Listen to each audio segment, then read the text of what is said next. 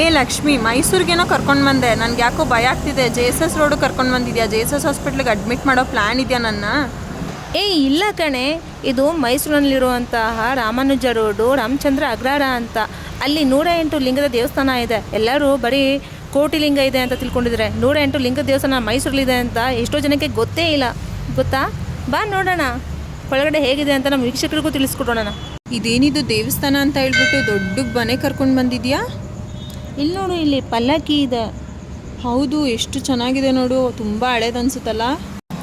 ಹೌದು ಕಣೆ, ಈ ಪಲ್ಲಕ್ಕಿಯಲ್ಲಿ ಸಿದ್ಧಲಿಂಗೇಶ್ವರ ಸ್ವಾಮೀಜಿನ ಕೂರಿಸ್ಕೊಂಡು ಪಲ್ಲಕ್ಕಿ ಉತ್ಸವ ಮಾಡ್ತಿದ್ರಂತೆ. ಹಾಗಾದರೆ ಈ ಮನೆ ಅವ್ರದ್ದೇ ಅನ್ಸುತ್ತಲ್ಲ. ಎಷ್ಟು ದೊಡ್ಡದಾಗಿದೆ ನೋಡು. ಹೌದು ಕಣೆ, ಇದು ಮನೆ ಅವ್ರದ್ದೇ ಆಗಿತ್ತು. ಗುರುಕುಲ ಅಂತ ಹೇಳ್ತಾರೆ. ಇಲ್ಲಿ ನೋಡು. ಹೌದು, ಇಲ್ಲೇನೋ ಬರ್ದಿದೆ, ಜಗದ್ಗುರು ಶೈವ ಶಿಲ್ಪಿ ಬ್ರಹ್ಮರ್ಷಿ ಗುರುಕುಲಂ ಅಂತ ಇದೆ. ಹೌದು, ಈ ಗುರುಕುಲದಲ್ಲಿರುವಂಥ ಒಂದೊಂದು ಕೆತ್ತನೆ, ಒಂದೊಂದು ಶಿಲ್ಪಿ ಕೂಡ ತುಂಬ ಚೆಂದ ಇದೆ ಅಲ್ಲ ನೋಡೋಕ್ಕೆ. ಬಾ ನಮ್ಮ ವೀಕ್ಷಕರಿಗೆ ಒಳಗಡೆ ಹೇಗಿದೆ ಅಂತ ತೋರಿಸೋಣ. ಬಾ ನೋಡೋಣ.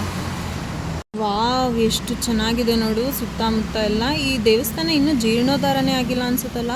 ಹ್ಞೂ ಕಣೆ, ಮೈಸೂರು ಮಹಾರಾಜರು ಇದ್ರೆ ಗೊತ್ತಾ? ಅದು ಯಾವ ಮಹಾರಾಜರು ಅಂತ ಅಂದ್ಕೊಂಡಿದ್ಯಾ?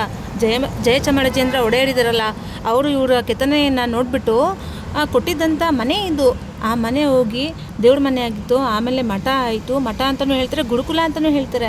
ಆಮೇಲೆ ಏನಾಯ್ತು ಗೊತ್ತಾ? ಈಗ ದೇವಸ್ಥಾನ ಆಗಿದೆ. ವರ್ಷಕ್ಕೊಮ್ಮೆ ಅಷ್ಟೇ ಪೂಜೆ ನಡೆಯೋದಿಲ್ಲಿ.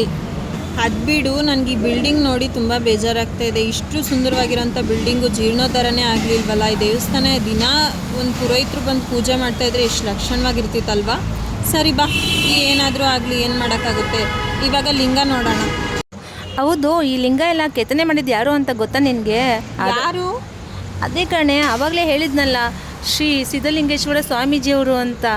ಅವ್ರ ಮೆಚ್ಚುಗೆ ನೋಡಿನೇ ಈ ಜಾಗ ಕೊಟ್ಟಿದ್ದು. ನೋಡು, ಈ ಥರ ಮಳೆ ಬಂದಾಗ ಮಾತ್ರ ಇದಕ್ಕೆ ದೇವ್ರಿಗೆ ಅಭಿಷೇಕ ಆಗುತ್ತೆ. ಇಲ್ಲಾಂದ್ರೆ ವರ್ಷಕ್ಕೊಮ್ಮೆ ಅಷ್ಟೇ ಅಭಿಷೇಕ ಆಗೋದು, ಪೂಜೆ ನಡೆಯೋದು ದೇವರಿಗೆ. ಅದೇ ಬೇಜಾರು ನನಗೆ, ಗೊತ್ತಾ? ಆದರೂ ಈ ಶಿವಲಿಂಗಗಳು ನೋಡ್ತಾ ಇದ್ರೆ ತುಂಬ ಖುಷಿ ಆಗ್ತಿದೆ. ನಾವಷ್ಟೇ ನೋಡಿದ್ರೆ ಸಾಕಾಗಲ್ಲ, ಬರೋ ಭಕ್ತಾದಿಗಳು ನೋಡಬೇಕು. ನಮ್ಮ ಮೈಸೂರಿಲಿರೋ ಜನತೆಗೂ ಗೊತ್ತಾಗಬೇಕು ಈ ದೇವಸ್ಥಾನ ಇದೆ ಅಂತ. ಮತ್ತು ನಿಂಗೆ ಇನ್ನೊಂದು ವಿಷಯ ಗೊತ್ತಾ? ಪ್ರತಿ ಸೋಮವಾರನೂ 108 ಲಿಂಗ ಒಟ್ಟಿಗೆ ಇರೋದಕ್ಕೆ ಪೂಜೆ ಮಾಡಿದ್ರೆ ನಾವು ಅಂದ್ಕೊಂಡಿದ್ದೆಲ್ಲ ಆಗುತ್ತಂತೆ. Thank you so much. ಇಷ್ಟು ಒಳ್ಳೆ ದೇವಸ್ಥಾನನ ನಂಗೆ ತೋರಿಸಿದ್ದಕ್ಕೆ, ಅದ್ರ ಬಗ್ಗೆ ಸ್ವಲ್ಪನಾದರೂ ಇನ್ಫಾರ್ಮೇಷನ್ ಕೊಟ್ಟಿದ್ದಕ್ಕೆ. ನಾನು ಮೊದಲು ಇದನ್ನೆಲ್ಲ ನನ್ನ ಫ್ರೆಂಡ್ಸು ಫ್ಯಾಮಿಲೀಸ್ಗೆಲ್ಲ ಶೇರ್ ಮಾಡ್ತೀನಿ. ಹಾಗೆ ಇದನ್ನು ನೋಡಿದವರು ಕೂಡ ಇಲ್ಲಿಗೆ ಬರಬೇಕು. ಆವಾಗಲೇ ನಮ್ಗೆ ತುಂಬ ಖುಷಿ ಆಗೋದು. ಈ ವಿಡಿಯೋ ಮಾಡಿದ್ದಕ್ಕೂ ಸಾರ್ಥಕ ಆಗೋದು. ಸರಿ, ನೆಕ್ಸ್ಟ್ ಟೆಂಪಲ್ ರನ್ ಎಲ್ಲಿಗೆ? ಮುಂದೆ ಅದು ಸರ್ಪ್ರೈಸ್ ನಿನಗೆ.